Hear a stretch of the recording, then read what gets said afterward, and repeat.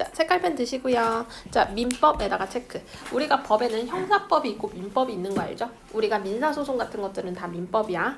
불법 행위는 가해자의 공의 또는 과실로 인한 위법 행위로 피해자에게 손해를 강하는 행위로 규정된다까지 끊을게. 자, 우리가 서론에서 중요한 건 단어야. 그러니까 민법 안에서 정의하는 불법 행위란이라고 정의를 지금 해주는 거야. 그럼 이제부터 민법의 기준에서 말하는 불법 행위야. 알겠지? 그럼 민법의 기준에서는 어떤 거? 고의 또는 과실, 위법 행위 있어야 돼. 그래서 피해자에게 손해까지 있어야 돼. 그러니까 무슨 얘기냐? 손해가 없으면 불법 행위가 아니기도 해.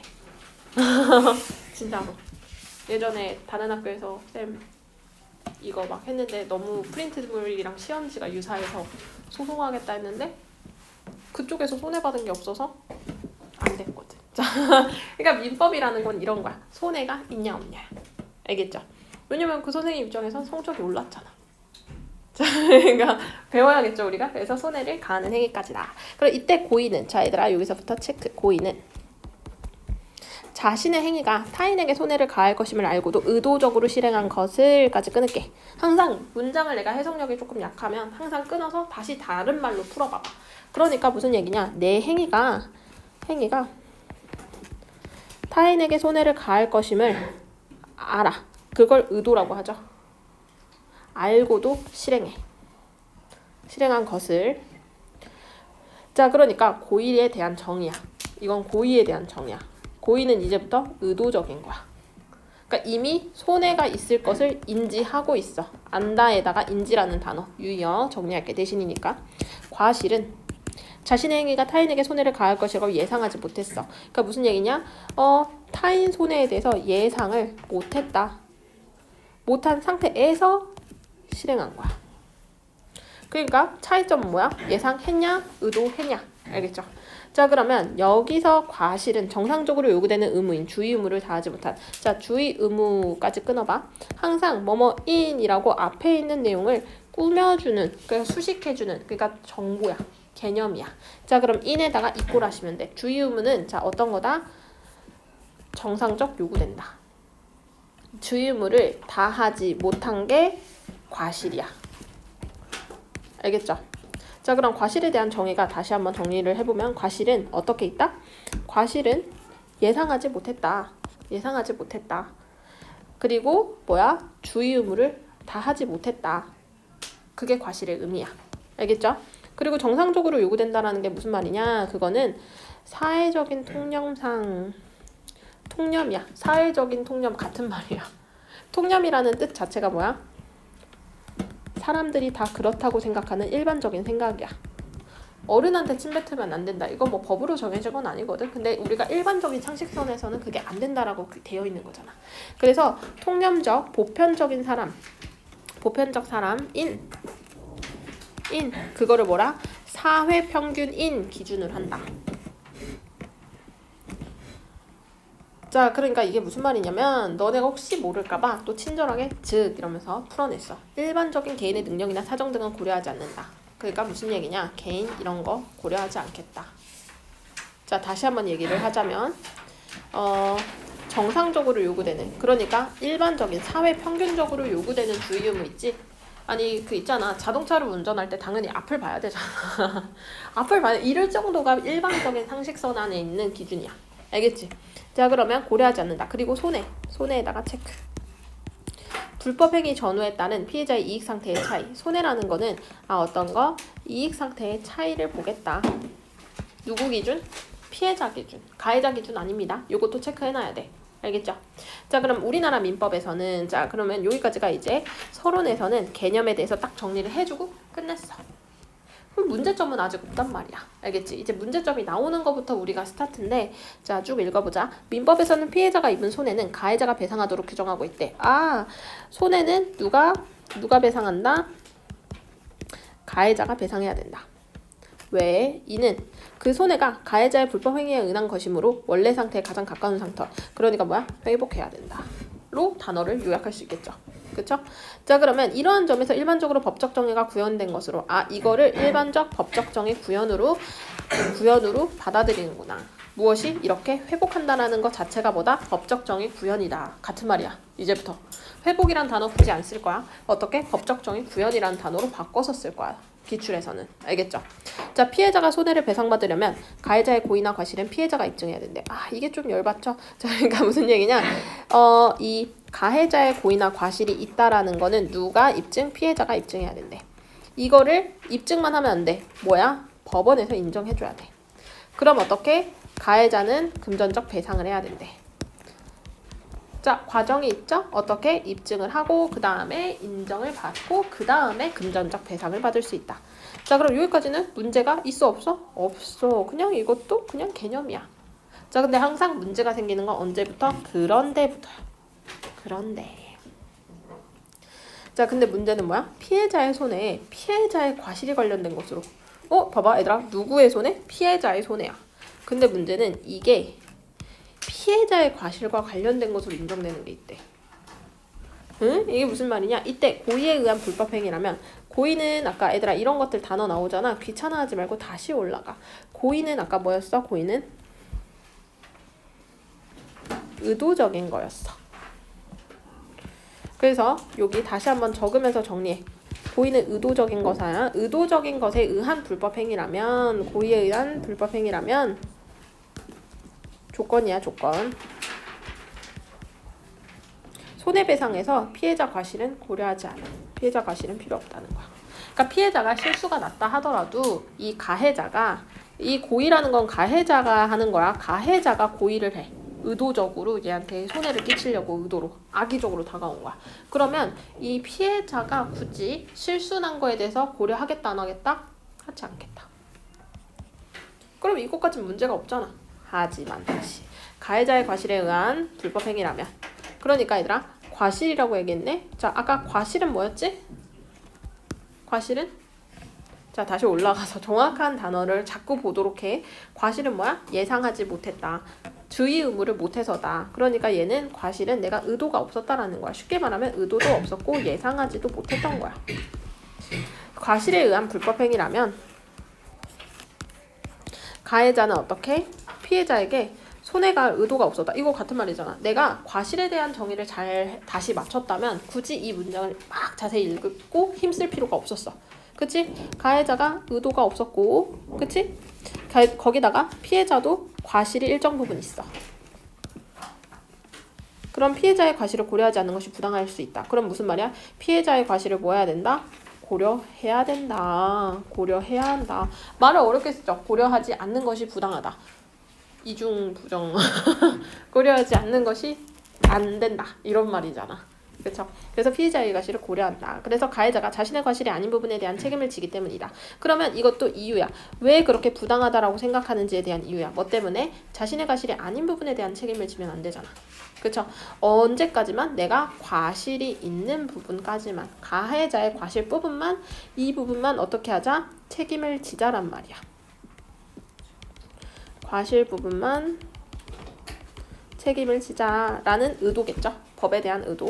자, 이러한 시각에서는 피해자의 손해를 원래 상태에 가장 가까운 상태로 회복하는 것이 아니라, 자, 이게 뭐뭐 하는 것이 아니라는 굉장히 문장을 길게 할 뿐이야. 그냥 꺽쇠에서 어떻게 해? 돼지꼬리 땡땡 날려버려. 그럼 문장이 훨씬 더 깔끔하게 이렇게 어떻게? 가해자 피해자의 각각의, 자 얘들아 체크해봐. 과실에 따른 책임, 각각 과실에 따른 책임을 고려해서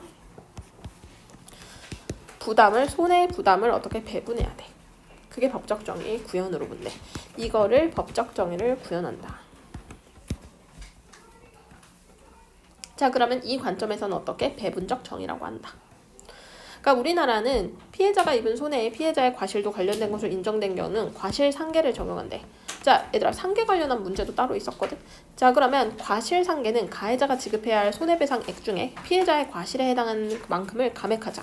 자, 상계라는 게 무슨 얘기냐면 쉽게 말하면 너네 말대로 야 퉁치자 이런 거. 야 너 생일에 나한테 10만 원짜리 줬어? 그러면 내가 5만 원짜리를 지금 준비했으니까 현금 5만 원을 준비할게. 이걸로 퉁치자. 내 선물 5만 원 친 거 그냥 그거 퉁쳐.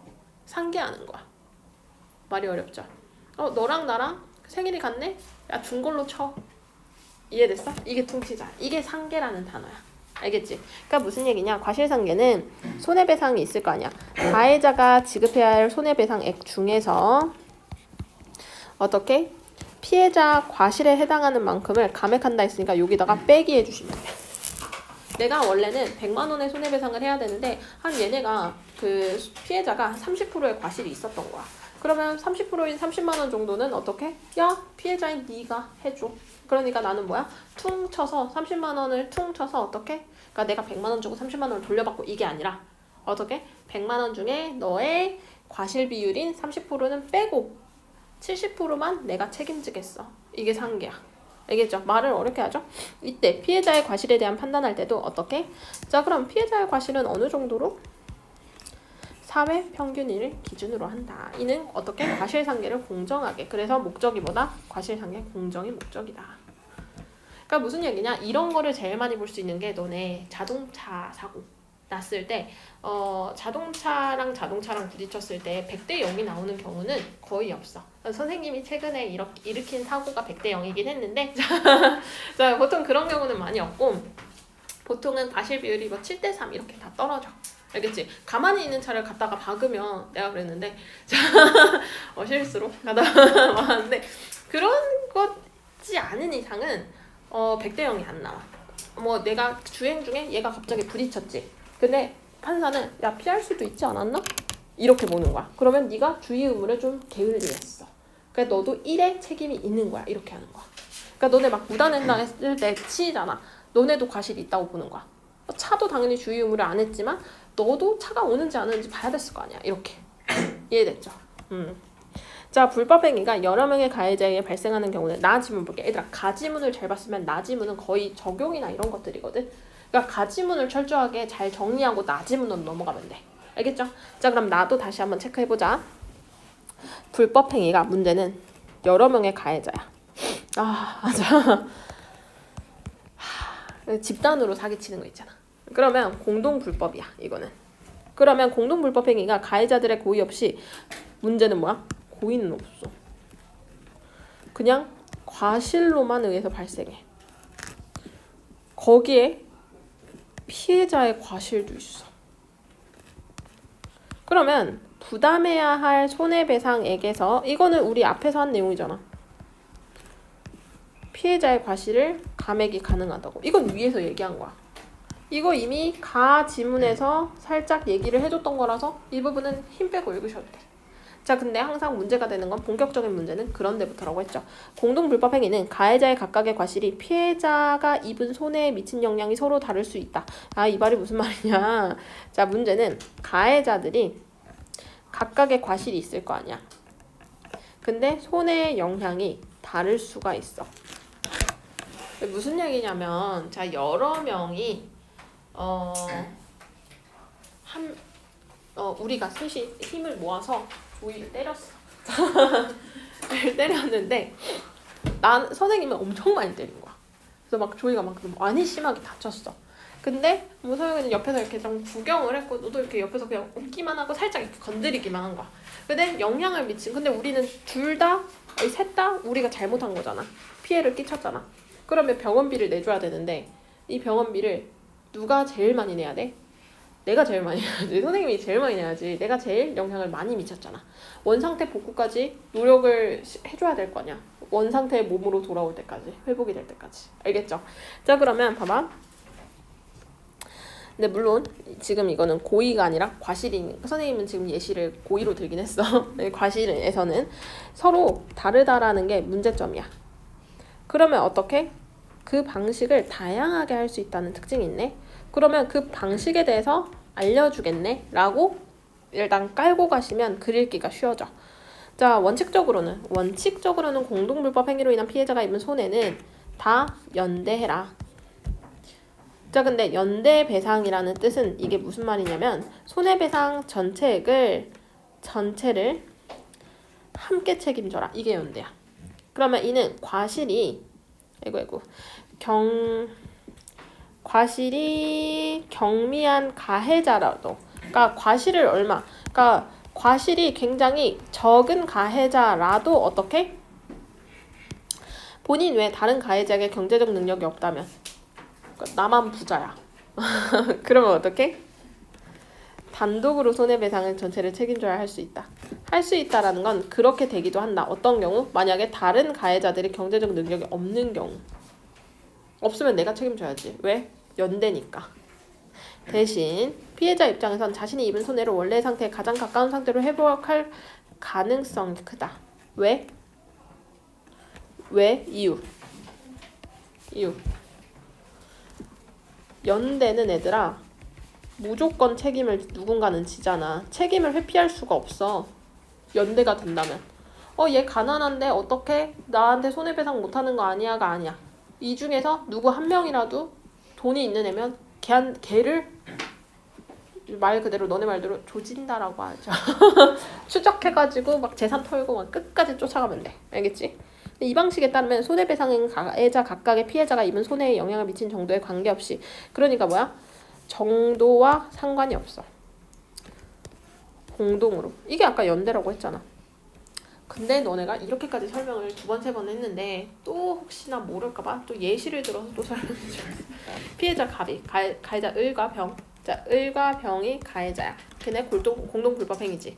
그럼 갑, 을, 병이 과실이 각각 10. 피해자도 있는 거야. 피해자도 10%의 과실이 있어. 알겠지? 얘네들은 가해자의 과실이야. 그치? 가해자의 과실이 90%야. 그러면 전체 손해액 중 10%는 당연히 피해자 거니까 감액해야지.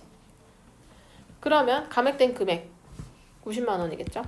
90만 원을 공동으로 배상해야 돼. 이때 법원에서는 어떻게? 과실의 비율만 판단하고 비율까지만 판단해. 배상할 금액을 금액 지정은 안 해줘. 그러면 어떻게 해라? 을과 병이 서로 합의해라. 그러니까 내가 30%만 손해 끼쳤으니까 30%만 낼게 이게 아니야. 그것도 서로 합의가 돼야지 가능한 거야. 그러니까 만약 병이 파산해서 경제적 능력이 없어. 그러면 어떻게? 연대 책임자라는 이유로 모두 배상을 해야 돼. 한 명이. 근데 문제는 하지만 손해배상액에 대한 책임을 연대하는 방식 적용하는 것이 적절하지 않을 수도 있대. 어떤 것? 독립적으로 일어난 여러 불법행위. 그러니까 독립적으로 일어난 여러 불법행위가 우연한 이유로 어떤 이유인진 몰라 그거는. 근데 그게 하나의 손해를 일으켜.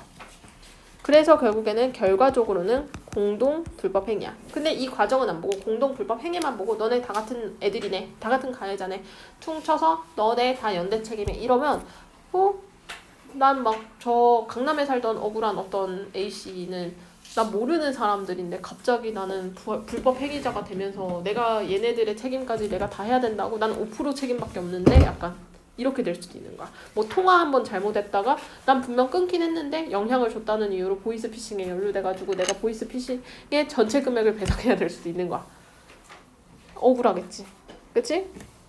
자, 그래서 과실이 적은 사람인데도 공동 배상액을 전부 배상하게 된다면 특히 부당하게 여겨질 수도 있다. 그러니까 차라리 만약에 우연한 이유로 독립적으로 일어났는데 우연한 이유로 하나의 사건이 됐어. 근데 그 사건의 주된 범인이면 차라리 좀 덜 억울하겠지. 근데 문제는 과실이 가장 적은 사람이면 더 억울할 거야. 그러면 우리나라는 자신이 부담해야 할 손해배상액보다 더 많은 금액을 실제로 배상한 경우 초과 부담한 만큼의 금액을 어떻게? 다른 가해자에게 청구할 수 있는 권리를 인정하고 있대. 하지만 청구받은 가해자가 경제적 능력이 없으면 만약에 나 배째 돌려받지 못해.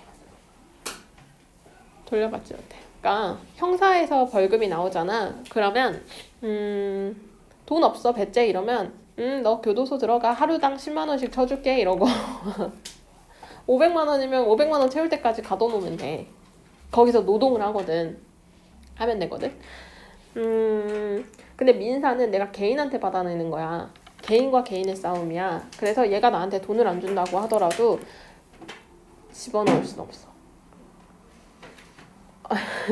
집어넣지 못하고 얘가 갖고 있는 재산이나 이런 거를 막 압류하고 이러는데 재산도 없어, 뭐도 없어 이러면 끝나는 거야.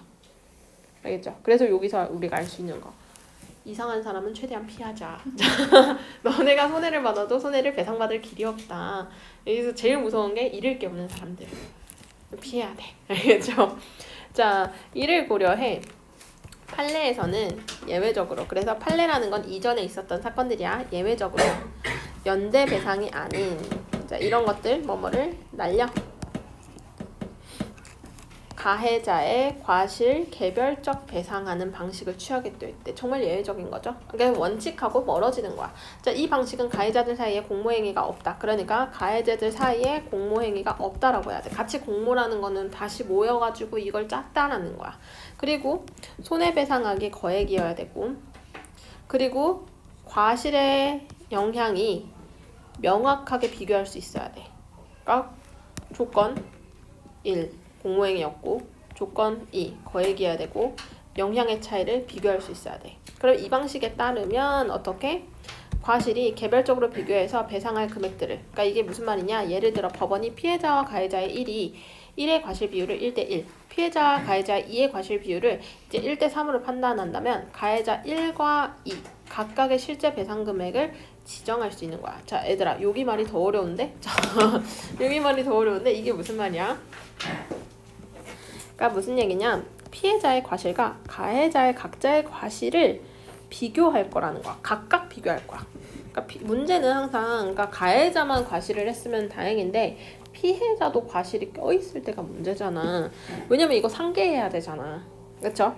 그래서 피해자와 가해자의 1의 과실 비율을 어떻게? 서로 1대1. 그러니까 1이 피해자, 얘가 가해자 1인 거야. 그리고 피해자와 가해자 2의 과실 비율. 그러니까 피해자의 1, 가해자 2가 3의 과실 비율을 한 거야. 그렇게 어떻게? 그래서 비교한다라는 게 이음이야. 각각 비교한다는 게. 피해자의 과실과 가해자 각자의 과실을 비교한다는 게 이 말인 거야. 아직 계산할 필요까지는 없어. 왜 그렇게까지 머리를 쓰려고 노력하세요? 계산하라고 하면 그때 하시면 돼. 비문학은 얘들아 계산도 뭐 하라고 안 했는데 막 이거 가지고 선생님 이렇게 하면 비율 계산은 어떻게 하죠? 막 이렇게 하는데 우리나라 비문학은 사칙연산밖에 안 나와. 선생님은 심지어 사칙연산도 틀리는 사람이지만 국어는 100점이 나와요. 그러니까 걱정 안 하셔도 돼. 알겠지? 그래서 그냥 거기까지는 생각하지 마. 그냥 여기까지 나온 것까지 이 말이 이 말이구나까지 받아들이는 거야. 그럼 피해자 입장에서 가해자 각각에서 손해배상을 청구해야 한다는 어려움이 존재한대. 근데 문제는 뭐야? 피해자 입장에서 생각해봐. 그러면 각각한테 청구를 해야 돼. 너무 힘들겠죠? 근데 문제는 좋은 점은 뭐야? 자신의 과실에 대한 책임만 부담하게 돼. 그러면 가해자 입장은 정당해. 근데 피해자 입장에서는 정당이고 뭐고 일단은 힘들어. 이해됐나요? 어려운 질문 아니었습니다. 자, 물론 다 풀어봐야 되긴 하겠지만 요거 같이 한번 좀 보도록 하자.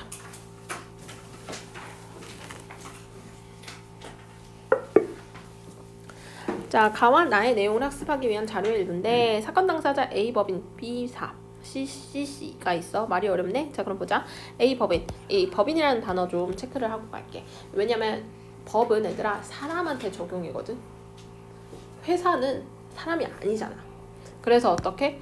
법적으로 인간으로 취급하는 거야. 그러니까 예를 들면 내가 삼성은 너무 대형 우리 학원을 목동키를 다니다가 뭔가 업무를 하다가 사망을 했어.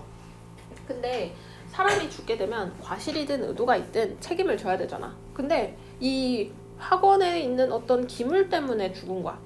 그러면 얘들아 개죽음이 되는 걸까? 우리 학원은 책임을 안 져도 되는 거야? 책임지는 사람이 없어지잖아. 왜? 사람이 죽인 게 아니니까. 그치? 그래서 그런 경우를 없애기 위해서 법적으로 인간으로 취급하는 거야. 법적 인간이야. 그러면 법적으로 인간으로 취급하기 때문에 우리 일반적인 법에 그대로 들어가는 거야. 회사 또한 책임을 질 수 있는 거야. 이해됐지? 자, 그러면 A 법인은 부주의로 인해서 오류가 있는 경제보고서를 작성했다. B사는 이 보고서를 근거로 한 투자 상품을 C씨에게 판매했는데 이 과정에서 B사는 투자 유의사항을 제대로 설명하지 않았대. 자, A 법인이 부주의가 있었네. 의도는 있었다 없었다? 이 말은 의도는 없었다. 부주의로 인해서 오류의 보고서를 작성했고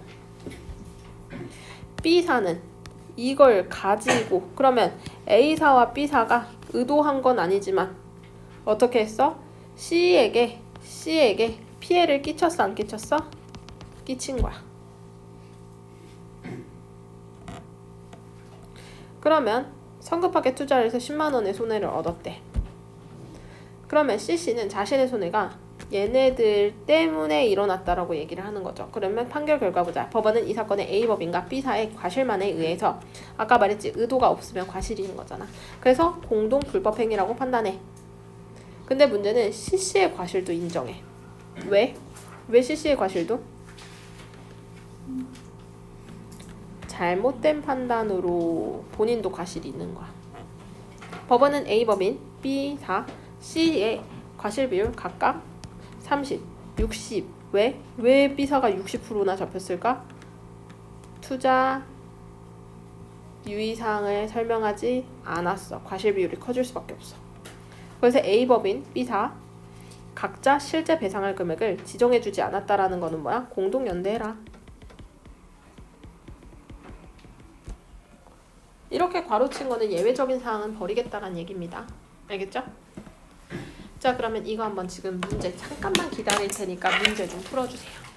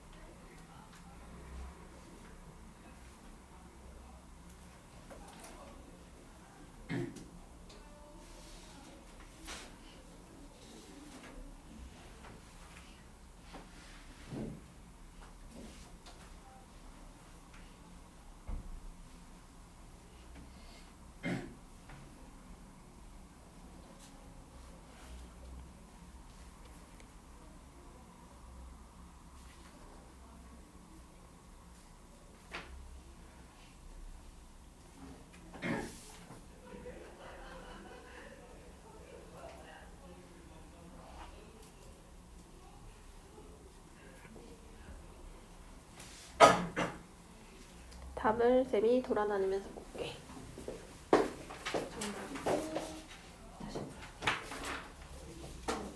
자, 일단 같이 한번 보자, 얘들아. 오답이 제일 중요하거든. 왜냐면 얘가 매력적이었다는 뜻이었잖아. 자, 그러면 CC 다른 친구가 한 실수는 너네도 할 수 있어. 그래서 실은 나는 학원을 다니는 장점은 오답 공부를 잘할 수 있다. 왜냐면 다른 친구의 그 자료들이 보이잖아. 그래서 내가 아는 공부 잘하는 애들들 공부 어떻게 하는 줄 알아? 좀 못하는 친구를 데리고 다녀. 그리고 얘가 틀리거나 못하는 부분 있지. 너무 못하는 친구까지는 말고 있잖아. 그래서 질의응답을 해주면서 실력을 늘리는 거야. 알겠지? 그래서 막 막 학생 중에 의대 가려는 막 재수생 애들들 있잖아.